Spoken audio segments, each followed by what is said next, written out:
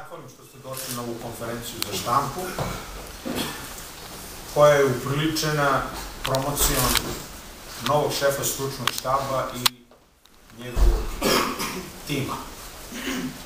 Mi ne menjamo, kao što znate, vrlo često, kao možda neki drugi superligaši trenera, posle 2,5 sezone, ne decenije, već sezone, eto, ponovo promovišemo novog šefa stručnog štaba, 2,5 sezone, to je ovako jedan lep period. I zaista mi je veliko zadovoljstvo da pozdravim i povratnika u naše redove, gospodina Branka Babića, trenera, stručnjaka proverenog, sa kojim smo 2004. i 2005. vojevali u Superligi, postizali dobre rezultate, promovisali niz igrača. Ja verujem da je jedna od njegovih najvećih utakmica u njegovoj karijeri, a verujem da će ih imati i u buduće. To je ona, da vas podsjetim, sa Atletico Madridom, kada smo se borili za ulazak u tadašnju kupu UEFA. I verujem da će u nastavku ove sezone on iskazati sav svoj dar. Takođe bih želeo da pozdravim još jednog povratnika, a to je momak sa skroz tamo desne strane, koga ne treba posebno predstaviti. I njegovo ime je Branko, a prezime Vukašinović, takođe naš dugogodišnji, rekao bih, član, koji je manje igrački, ali više trenerski stasao potpuno u klubu, kroz mlađe kategorije, a vodio je i naš prvi tim. To je dvojac od kojih zaista klub očekuje puno. Najzad, dozvolite mi, a možda sam trebao prvo i njega, da postavim predsednika kluba, gospodina Mogu Milića, koji je takođe danas ovde sa nama, koji će takođe nešto reći, pre nego što damo reč upravo dvojici Branka, mislim da sam to dobro ovako rekao. Predsedniče, izvolite. Zadovoljstvo je što je ovakav odziv medija u ovom momentu za nas izuzetno značajnom. OFK Beograd nije poznat kao klub koji menja trenere.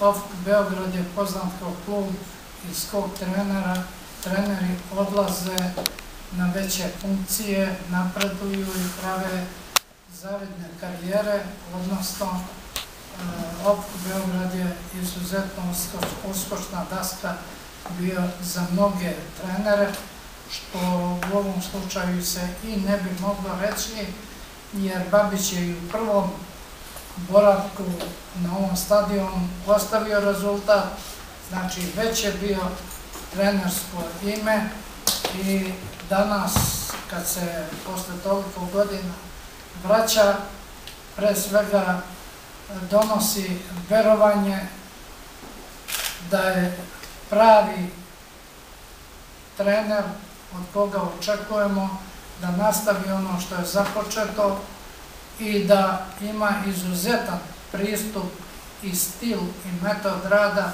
sa ekipom kakva je naša, a to je mlada ekipa koju treba afirmisati. Mislimo da je izuzetno rešenje dolazak Branka Babića u naš klub upravo iz navedenog razloga. Potencijal koji imamo uz stručni rad koji smo i imali i koji će se, nadamo se, nastaviti, ne da se nadamo, nego verujemo da će se nastaviti sa stručnjacima kakvi su dva Branka, Babić i Vukašinović, i da će OFK Beograd i pored neznatnog zaostatka i ove godine naći se na mestu koje vodi u Evropi. Izražavam još jednom u ime upravnog odbora zadovoljstvo što je Branko Babić ponovo u našim redovima. Mi smo odluku o izboru doneli na sednici upravnog odbora 27. decembra, međutim, ostalo je otvoreno pitanje zbog nekih relacija koje je Branko Babić imao sa drugim klubovima. Mi smo bili strpljivi i OFK Beograd nije klub koji istovremeno vodi razgovore na više strana, sa više ljudi. Zaista ni jedan jedini kontakt sa bilo kojim drugim trenerom nismo imali. Čekali smo do dana dogovorenog da se gospodin Babić izjasni i po naravi njegovoj i preciznosti koju ispoljava i u radu i odnosima ljudskim i kvalitetnim, to se desilo tačno dan kad smo i dogovorili. Ponavljam, izraženo zadovoljstvo što smo u ovom sastavu i nadamo se svemu najboljem u nastavku prvenstva, što će i doneti ovaj tandem, naravno sve ono ostalo što je u obavezi da klub stvori. Neću govoriti o drugim problemima, ali hoću istaći jedno, da će, kao i do sada, upravo omogućiti maksimalne uslove za pripreme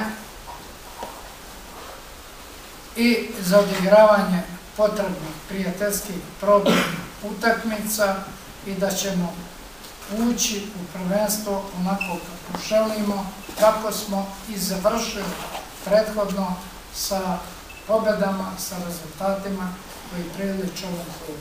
Još jednom hvala i vama i ovog puta ste potvrdili privrženost klubu i pitanjima koje je klub otvoreno, javno i u dogovoru sa vama rešava, i da ponovim da su vam vrata ovog kluba po svim pitanjima i svako vreme otvorena.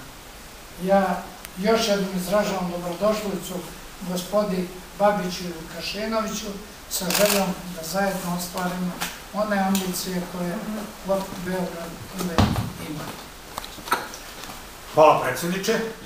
Sada da damo reč neću da kažem onome koji ima glavnu rolu, koji bi trebao da ima glavnu rolu na ovoj pres konferenciji, gospodinu Branku Babiću, da nam se obrati. Branko, posle 6 godina opet ste romantični. Pa eto da počnemo upravo od te neke tog podatka.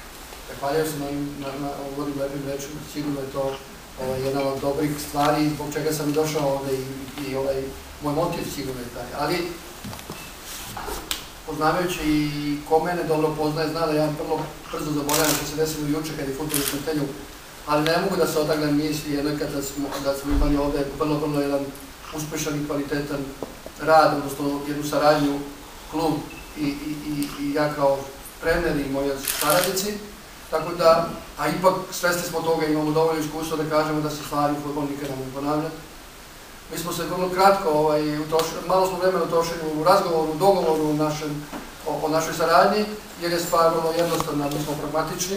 Rekli smo da ćemo uraditi koliko god budemo mogli, najbolje što budemo mogli, i da pokušamo da neke stvari uzdržavaju, jer je mog kolege mladog Đurđevića, koji je 2,5 godine ovde, samim tim već rečeno da je stavio neku osnovu, neku bazu, nekog rada, mi ćemo pokušati to nastaviti i eventualno koji se pokaže se potreba za nekim malim dodacima, mi ćemo to odraditi i pokušati da neke ambicije kluba, a prvenstveno po meni su afirmacija mladih igrača, jer nažalost Srbija i fudbal Srbije živi od toga i klubovi žive od toga, tako da će nam biti sigurno jedan od prioriteta, a neće ni one druge stvari, a to je rezultat sam kao rezultat, jer poznavajući mene sigurno znate da će ciljevi biti opet zacrtani visoki, koliko ćemo ostvariti od toga za ovo vreme ne znamo.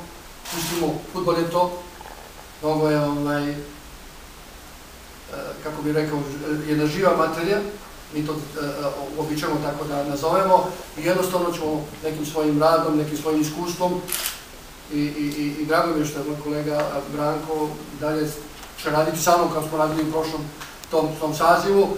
Tu su još ostaje stručni štab isti, još se tu gospodin Ostojić pridodaje, koji je voljan da sa nama, a i mi smo željni da sa njim sarađujemo, tako da ćemo pokušati napraviti jedan tim koji će stvarno na tom područnom planu pokušati da te ambicije OFK Beograda ostvari. Eto, toliko do sada. Hvala, Branko.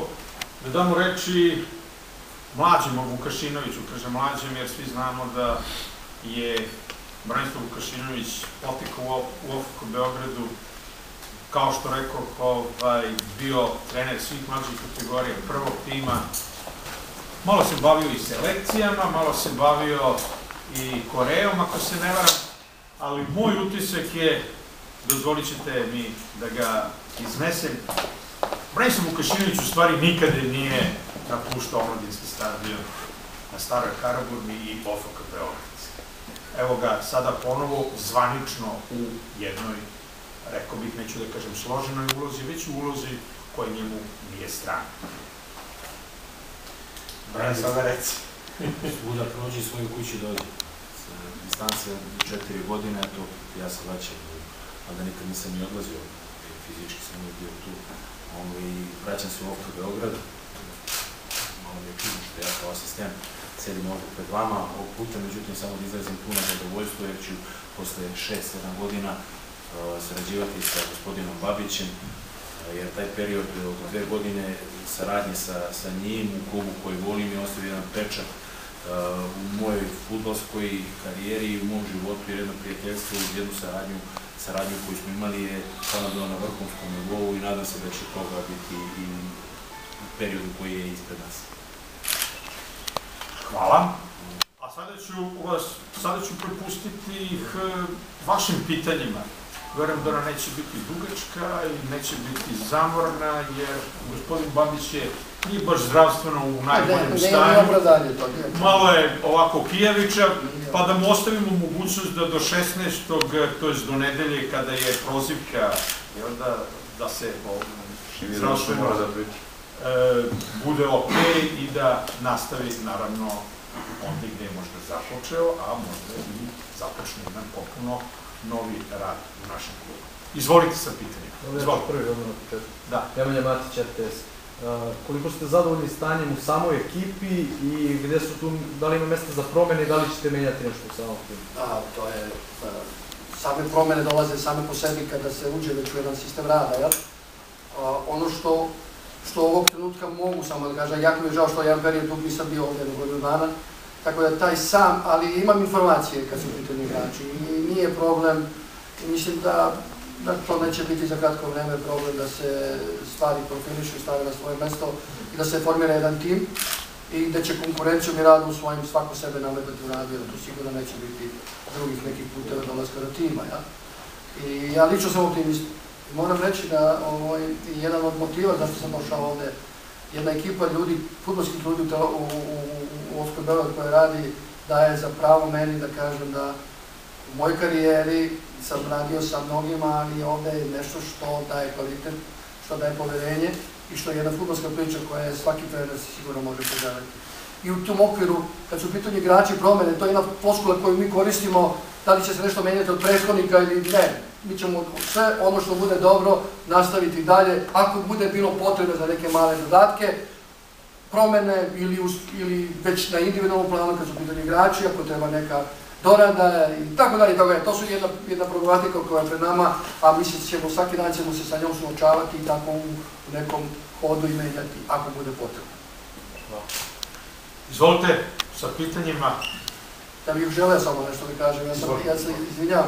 To sam i prošli put rekao, jednu moju otvorenost u saradnji sa novinarima. Znam da, ja bar mislim da su i prošli put bili zadovoljni u nekom odnosu trener-novinar, ja sam vrlo iskren, vrlo sam otvoren, nekako od mene tajni i svako vaše pitanje daću odgovor koliko budem u mojoj moći, koliko budem znao i umeo, ali da jednog trenutka nemojte da prežete da nešto kritikujete ili da nemojte mnogo da hvalite, ali za kritiku smo uvek zajedno ćemo to negde raditi na tom planu, jer to je jedina pomoć igračima, ta lažne slike koje se stvaraju oko njih moramo malo da stavimo dole, a na njima je, na njihov radu, na njihovom angažmanu, na teren im je mesto gde mogu sebe da iskazuju i da na kraju prave sebi neke životne ciljeve i ispunjavaju svoje životne ciljeve. Izvolite sa pitanjima. Vlajo, izvolim. Vladić žurnal, u vašem prvom mandatu na omladinskom stadionu ovog Beograd igrao lep fudbal sa dosta golova. Da li i sada navijači mogu da očekuju identičan scenarij? To je cilj, sigurno. To je jedan od ciljeva koje sam ja malo pre rekao. Ali sam i onu drugu stvar rekao da se stvari ne ponavljaju uvijek, jel? Tako da ćemo vidjeti sa kojim igračima i šta je to, gde je to najbolje što možemo da koristimo za ove ciljeve kluba koji su stavili pred nama, to je stvaranje igrača, znači jedno profilisanje igrača i pripreme igrača za jedno tržište koje se zove Europa i koje vam daje mogućnost sa nekim materijalnim sredstvima da negde planirate neku bolju budućnost.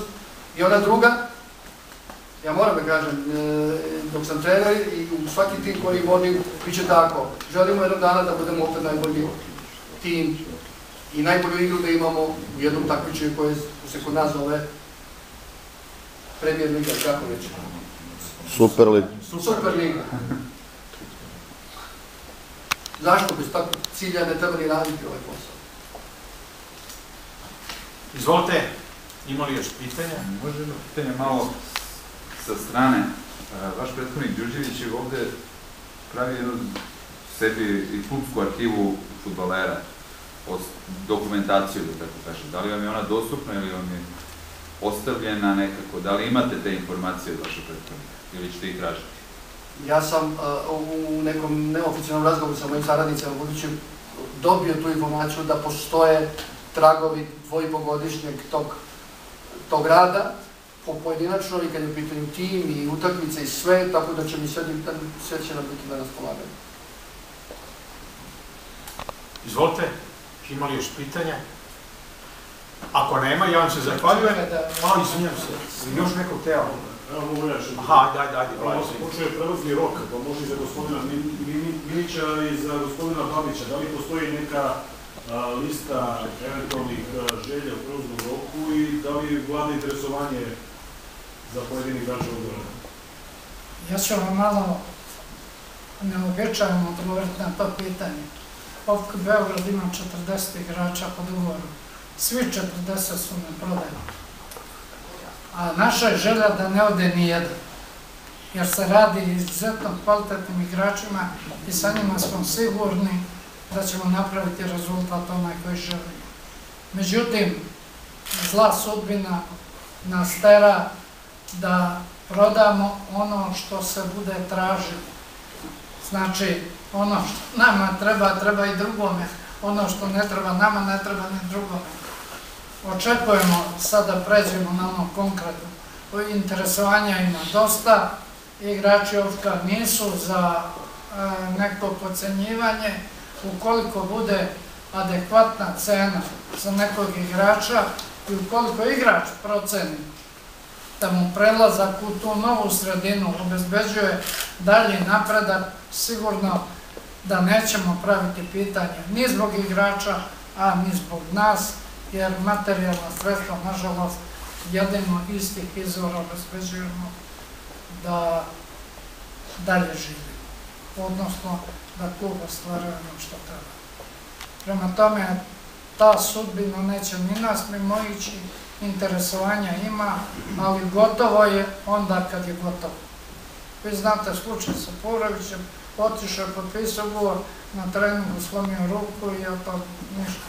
Sudbina su takve da se to ne zna. Znači, ukoliko bude povoljnih ponuda, nastojat ćemo preoshodno da zadržimo tim, da zadržimo ono što nam garantuje kvalitet u proleće, ali nužda zakon mijenja, ako bude moralo nešto, potom će. Kad su u pitanju dolasci igrača. Da, vrlo interesantno. Koliko poznajete ovako igrač sada? Gledali ste neke SNS utakmice? Ja sam nekom svom razvoju uvijek sam želeo prvo da upoznam igrača. Ja nemam pravo da precenjujem unapred i da podcenjujem igrače kluba koje uzimam da treniram. Tako da ćemo prvo prihvatiti jedno vreme i strpljenje da vidimo šta je to sve i onda eventualno u svakom slučaju u hodu možemo da reagujemo u slučaju odlaska nekog igrača i ako ustanovimo da je to bitna jedna pozicija, da se nešto dovede. Inače, za sada sam jednostavno tog da ostane sve ovo kako jeste, bez dovođenja nešto novog i da vidimo od toga da postavimo sve u sistem. I ako bude nešto falilo, ima vremena da se nešto tu i da promeni. Hvala. Ima li još pitanja? Ako nema, ja vam se zahvaljujem i jedna zajednička slika. Samo ćemo ovako, samo ćemo malo ovde da se vidi.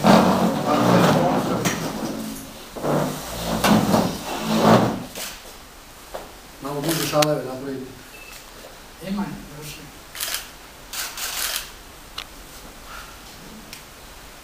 Može ovdje jedan pogled.